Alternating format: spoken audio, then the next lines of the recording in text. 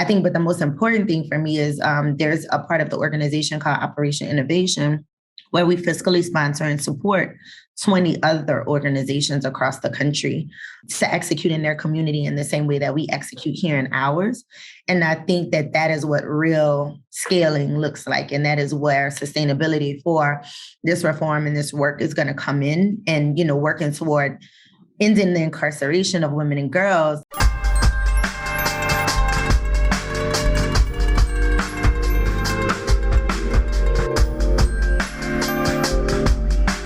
Before the video starts, I know you're sick of people asking you to subscribe to their channel, but it would really help me out if you did. Just click the red subscribe button. It's free, no spam emails, and it lets me and my guests know you appreciate what we're doing. Thanks. So I have the opportunity to work with some women incarcerated here in Texas now. I've had that opportunity for a couple of years. And I was speaking with them a few months ago, and I said, hey, would you all like it if I did some interviews with formerly incarcerated women?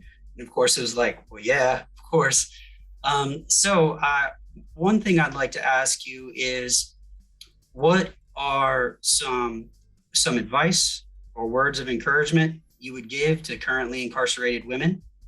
And that's really open. It could be, you know, words of encouragement or advice in terms of success while incarcerated, because some might have a long-term sentence, or, you know, upon release, you know, how they can prepare to release. Anything you think would be some good advice for currently incarcerated women who would be watching this? Yeah, sure. I think the main thing that just keeps popping up for me is that, you know, while I was incarcerated, I was told all of the things that I wouldn't be able to do, and things that I wouldn't have access to, things that I would never become due to my incarceration. And like, had I believed any of that, I don't think that I would be where I am today. You know, so making sure that people, the things that they're telling you and the information that you're receiving, that you can definitely take heed or listen to it, or even, you know, file it away, you know, for later. But I think that there's always an opportunity to really figure out if what someone is telling you is fact versus what they perceive to be fact, you know? So I think that that is probably the number one advice that I would give currently and formerly incarcerated women, is definitely like, don't let anybody tell you what you can and can't do based on their perception of what is available to you. Like, really look at that for yourself. Because I know just, you know, had I listened, I would have never worked in the hospital. I wouldn't be a business owner. There would just be, you know, even to this day, like, you know, they said that like, if you were incarcerated or had been incarcerated, that you wouldn't qualify for an SBA loan, you know, and then SBA put out like all of this guidance, but I went ahead and I applied for it for the organization and the business, and we were granted, you know, the PPP loan, even though I had a criminal conviction on my record. And I think that it's just about really wanting to continue working toward whatever your dream is or your desire is, you know, irrespective of whether it's available to you or not. And if it's something that you really want to do and it's not available, you can fight to make it available. Yeah, that's great, because sometimes when people ask me, what kind of jobs are available to people who have been incarcerated? Now, in the last few years, I'm like, well, look, it's easier for me to tell you what they can probably not do as opposed to what they can do, because what they can do is just so vast. Usually, I don't discourage them from much of anything. Like, you're not going to be a police officer, you know, probably not going to be the president. I don't know that people can prescribe medicine or be a surgeon, but that leads into some stuff that you're doing. But what they can't do is, to me, much smaller. And it's people like yourself and Noel and Stanley and all these others who are breaking open these barriers, where most of the time people think if you've been incarcerated, well, then you're just sort of relegated to construction job, blue collar work, or something like that. So I'm glad you said that. Now, how long have you been out now? Well, January this month made, 13 years. Wow. Yeah, for me, it's been 16. And in that 13 years, you've accomplished a lot. So when I met you several years ago, I met you at the National Conference for Higher Education in Prison. No. I think I met you at the Correctional Education Conference in New Orleans. And I associated you with work on Ban the Box in Louisiana, but you have done so much more. In fact, I just saw this thing that PBS did with you, Noel, and Stanley, and someone I have not met yet. So if you could just share some of the major things you've done since release, because I mean, you're involved with Ban the Box, Unlock Higher Ed, Operation Restoration, I think is your main thing, Cut 50's Dignity for Incarcerated Women, your clinical lab. I mean, you're doing a lot. So if you could just kind of explain what you've been up to. Oh, and you were pardoned. I just heard that like a month ago. So if you could explain all of the things that you've been up to, that would be great, because you and so many others really have sort of defied the odds. We don't fit into this box of what it's like for people coming out of prison. Yeah, I mean, just as well as you've done some pretty amazing things too. But yeah, I think that when I first came home, I felt like I couldn't help if I wasn't in a certain posture, like that is what I felt for myself at the time. So when I was released, I, tried to go back to school, was denied the opportunity to go to school. So that is what really led, that was the impetus for the Ban the Box work, later on in life. But I graduated from LSU Health and Science Center in 2014 with a degree in clinical laboratory science. And I started working as a clinical laboratory scientist or a medical technologist in hospital labs in 2014. And I did that full time at multiple hospitals, working at multiple hospitals at the same time, because there's such a shortage on clinical laboratory personnel that until about 2018. And 2018 is when I transitioned into the organization full time, and then just continued to work in the hospital in a PRN capacity. So, as needed. The start of the pandemic, because of the specialty that I have in working in microbiology and immunohematology in the labs, I was asked to come back to micro and start helping with the COVID testing.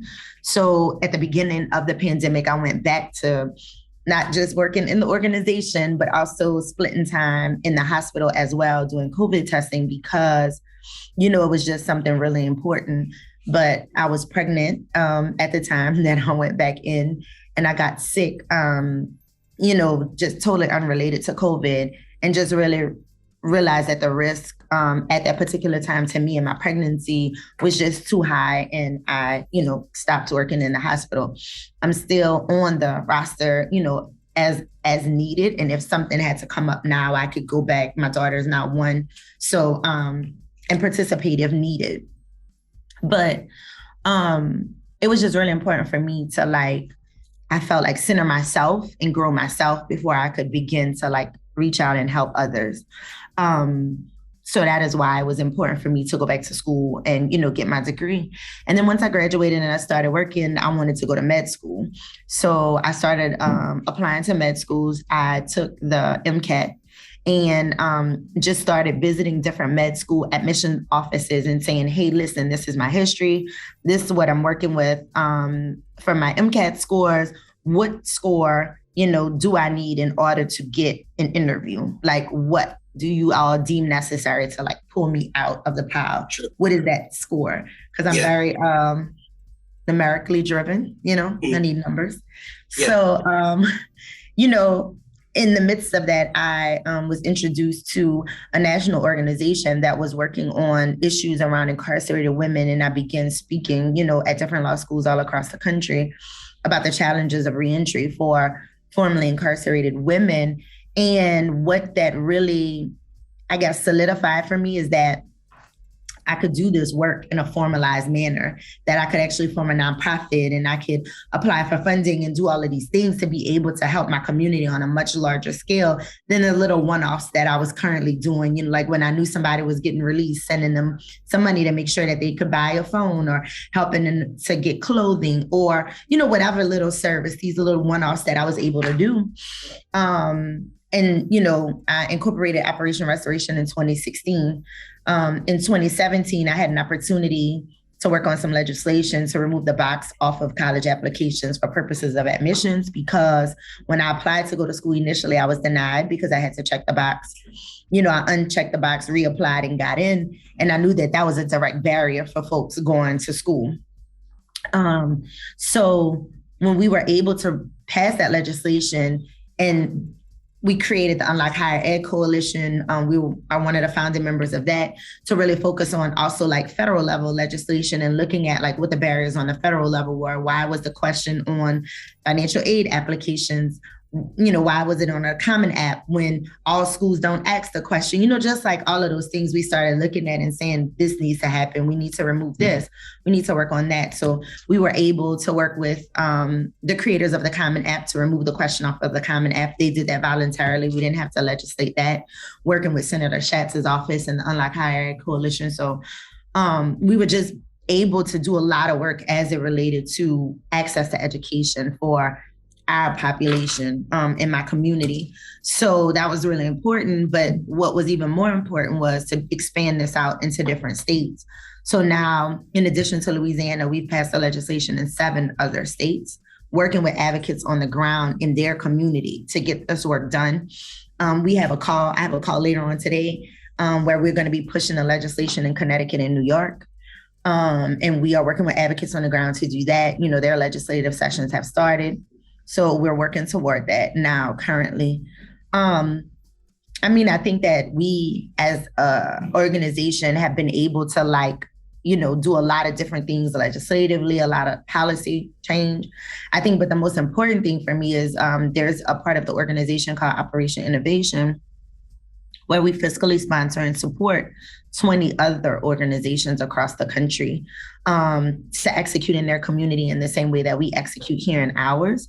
And I think that that is what real scaling looks like. And that is where sustainability for this reform and this work is going to come in, and, working toward ending the incarceration of women and girls. We can't do it alone. We have to work in partnership with folks who know what their community needs are. So I think for me, that's probably the most impactful and the most important thing that we have been able to launch thus far. And so what was your education like either before prison or during prison? Because your education now has been in, the STEM area, but you're heavily involved in legislation. So you're very knowledgeable in that area as well. Where did that come from? Is that self-taught, or did you take some classes, or how did you come to understand the legal process? Absolutely self-taught. I have no formal training in policy work at all. And I think that was why we were successful in the beginning, because I didn't know what I didn't know. I didn't know the proper protocols. I just kind of approached it with this reckless abandon of this is a problem, we have to change it, and we're going to change it, Yeah. And I think that I learned a lot along the way. I think I'm a forever student. I love learning. I think that I can learn from anyone at any time, irrespective of our socioeconomic makeup, irrespective of our cultural differences, ethnicity differences. I feel like I can learn from anybody. And I think that is what has made me so successful in doing policy work, is my ability to learn, my ability to listen, but then also my ability to put the things that I've learned into action. And a lot of the legislation has been informed from the population that we service. So these are not just these are all my issues, let me change them. No, they're all of our issues. And that's how we work to change them. Prior to going to prison, I had a full scholarship in physics and engineering. So I've always been, involved in STEM in some way. And that's always been my passion. Even as a little girl, I wanted to be a sports medicine doctor because I knew I couldn't play in the NFL. I wanted to be a head coach. There were no women head coaches. So then I was I'm going to be Pam Oliver, So I went through these phases, but it all still, for the most part, stem from my love of science. And I think even legislative work to a certain extent has a science field or implications, in how you analyze data and how you pull things and how you look at things. And, so I still think that even though policy may not technically be considered STEM, I feel like I have a STEM approach to it. So. Yeah. A lot of the logistics, it's very helpful to understand analysis. Like in politics, you want to crunch numbers and understand statistics and demographics and things like that. So it's transferable skill and knowledge. So were you able to attend any kind of educational programming while you were incarcerated? Yeah, I was toward the end of my incarceration. I started off with a lengthy sentence. So, of course, educational opportunities beyond GED was not available to long-term prisoners when I was incarcerated. But I ended up at the end of my incarceration in Tallahassee Women's Correctional Institute. And Tallahassee Community College was coming in and offering classes. I was very lucky because financially, my mom and my parents were able to afford to pay for me to go to college while I was incarcerated. But had that not been the case, I wouldn't have had access to education either. So even though the education was offered, it wasn't accessible because you had to pay for it. And there are not many people that are incarcerated that can pay for a college education. Right. So then backing up one step, what was life like for you that led up to an incarceration experience? So yeah, I don't come from, the normal socioeconomic background that's associated with prison. I grew up with money. My mom was a judge when I went to prison. My dad was a supervisor at an oil refinery. So I had access to like money and material things. I lived in a nice home, great neighborhood. But I think the same things that lead most women to trauma, if not all women, most women to prison, if not all women, is trauma and the traumatic experiences that, they have experienced through childhood. So, I've had experience with physical abuse, being sexually assaulted, just those different things that happened to me growing up. And I think that is what led me to prison by the age of 19, irrespective of my socioeconomic status. Yeah. And so then what was incarceration like for you, since it doesn't sound like that was something you were familiar with or prepared for? What was it like? Oh my God, it was like the hardest thing I probably have ever had to do.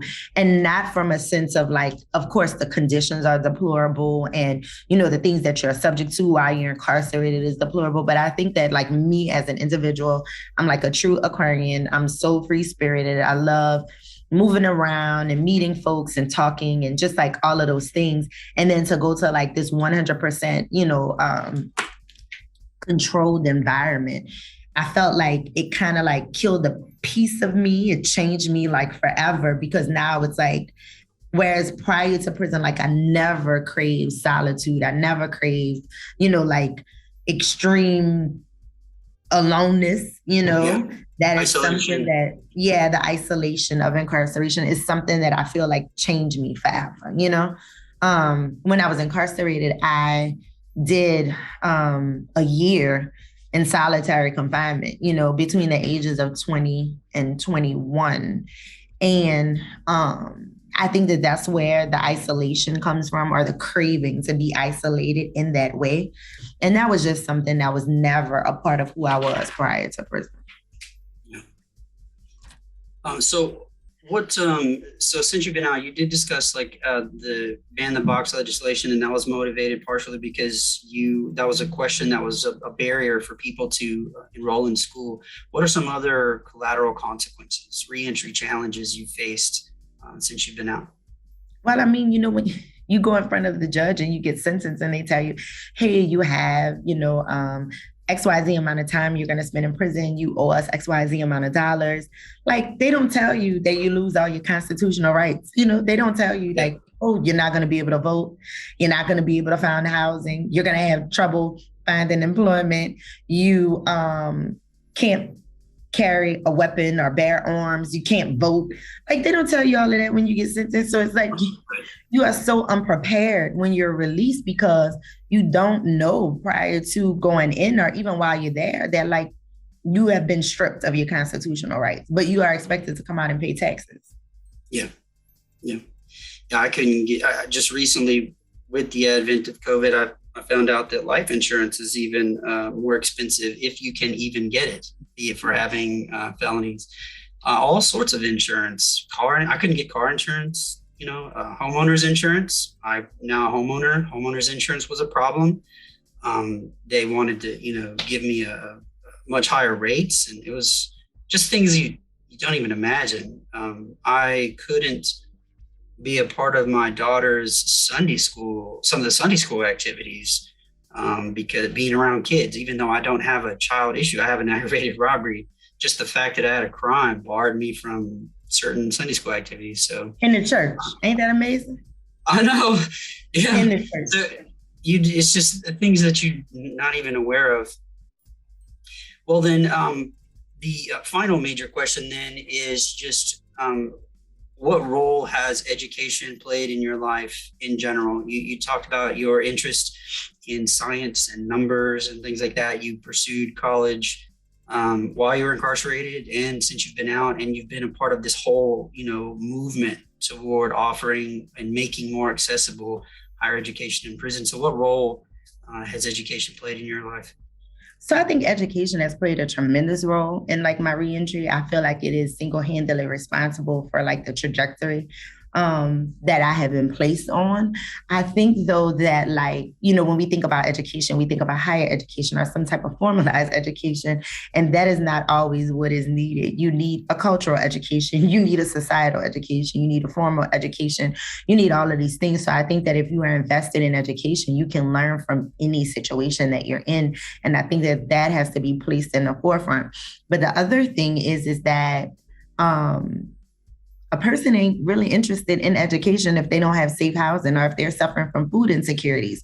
So for me, I didn't understand that struggle, or I didn't even think about it in those terms because those were not my issues, But I noticed that when I was trying to encourage other folks to come and access education in the same way that I access education, they're like, yeah, I got to work. I got kids to take care of, or we need food. Can't come to the educational class because, I missed the meal here, or, I have to be in line for this shelter at this particular time. So the time that you're offering classes doesn't work with the time I need to be in line for the shelter. So just thinking about how we make education accessible to all populations and the most marginalized folks is like what is really, really important, because, I often say like, you think that you're giving somebody an opportunity, but like if you're not invested in the person taking advantage of the opportunity, it's as if you haven't given them the opportunity at all. So I can't offer someone a job, and this is the first job they have, and they have children, and I don't say, do you need help with childcare until you get paid? Do you have a way to get to and from work? Do you need a bus pass so that you can make it here? Can you afford to buy the uniforms? Like those are not questions that we ask folks. We say, oh, here's a job. And then the expectation is the person takes the job. Yes. And then their life is magically fixed. And that's not always the case. Yeah. So with the educational piece, the thing you said in the beginning, it's not always necessarily formal college education that makes the change. Martin Leva, I spoke with him a couple of months ago, and he talked about what he called cell block pedagogy, which were people who weren't a part of the formal educational system in the prison, either because they weren't allowed because of disciplinary issues, but they were learning amongst each other. And so they were getting an education that was beneficial to them upon release.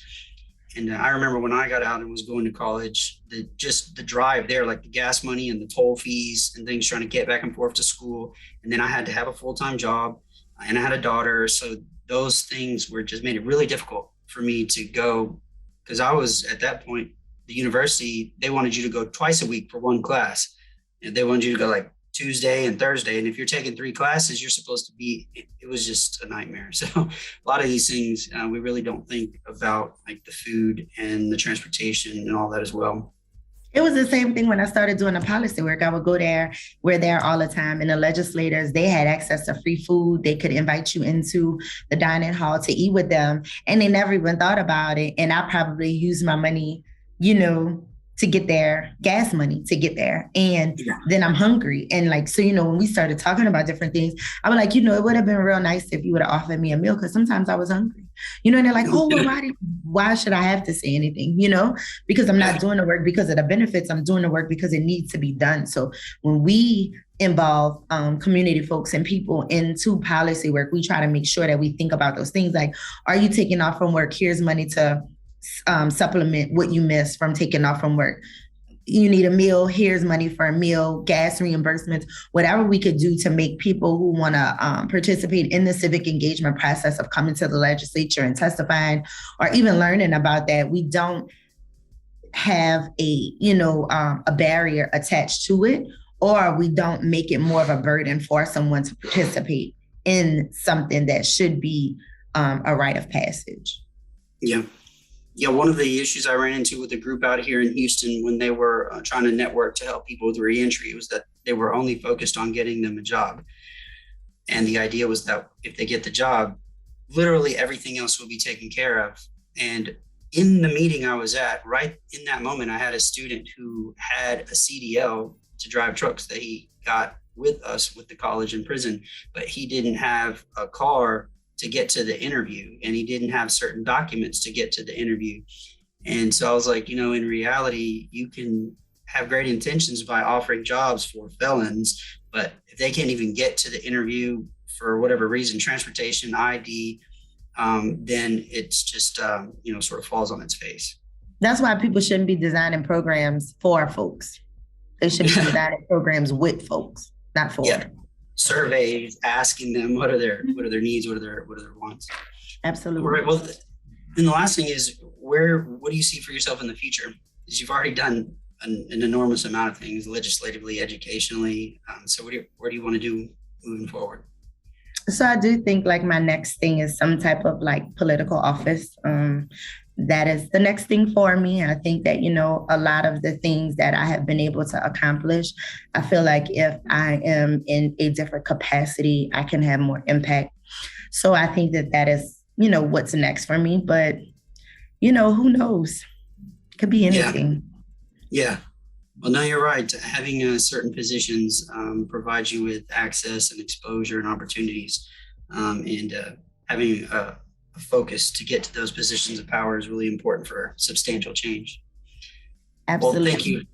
Yeah, thank you so much for taking the time to talk to me. I know you're very busy, you got a lot going on, but I really appreciate it. And the people hearing it, whether they're incarcerated or not, but especially some of the incarcerated women, they will really appreciate hearing from you and your words of encouragement. And just also let them know that this is something that I didn't know when I was on the inside, is that there are people out here fighting for you. So.